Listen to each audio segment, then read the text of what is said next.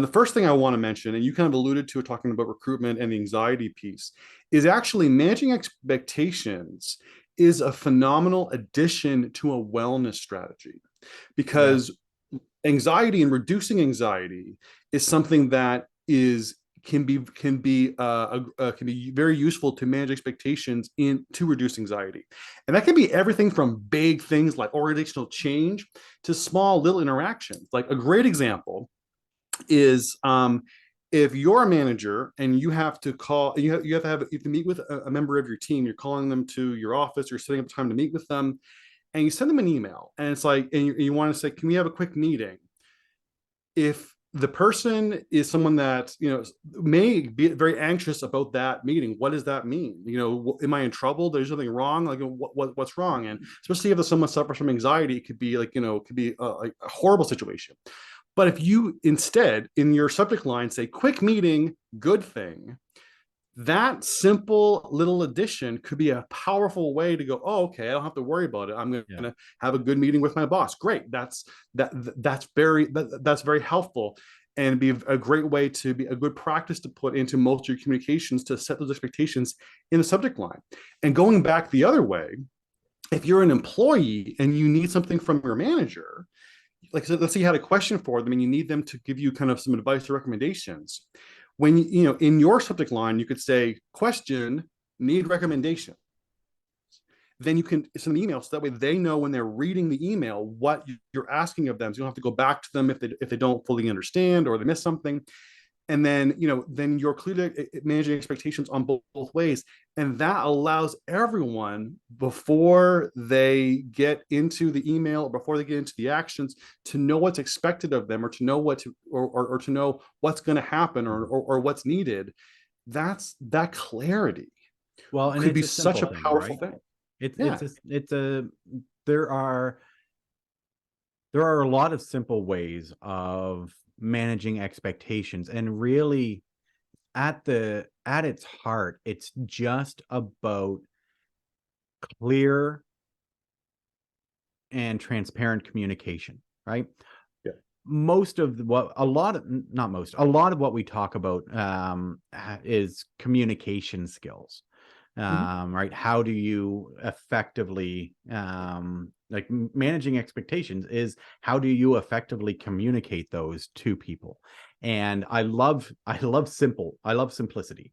And those are great examples of short, simple ways to manage expectations around that can help somebody alleviate some anxiety around being called to the principal office type of fear, right? Right. Especially if the environment, if you're just starting your journey to create psychological safety and it's not naturally present in the Right. workplace, Mhm. it can go a long ways to kind of building that trust and building that rapport that, not every conversation, not every time that I set a meeting with you to, that your manager sets a meeting with you or a higher up sets a meeting with you, it's going to be a bad thing. Right. You don't need to stress. You don't need to spend the next 2 days worrying about what your manager is going to spring on you. Right. Right. Which Absolutely. can be huge. And not only for general wellness, but this can be a really important piece in managing people who are neurodiverse, because Yes. being able to clearly state what is expected will it will make a lot of things a lot easier in as how you communicate, how people then in turn perform the tasks that you have for them, and how you build that rapport and relationship. Mhm.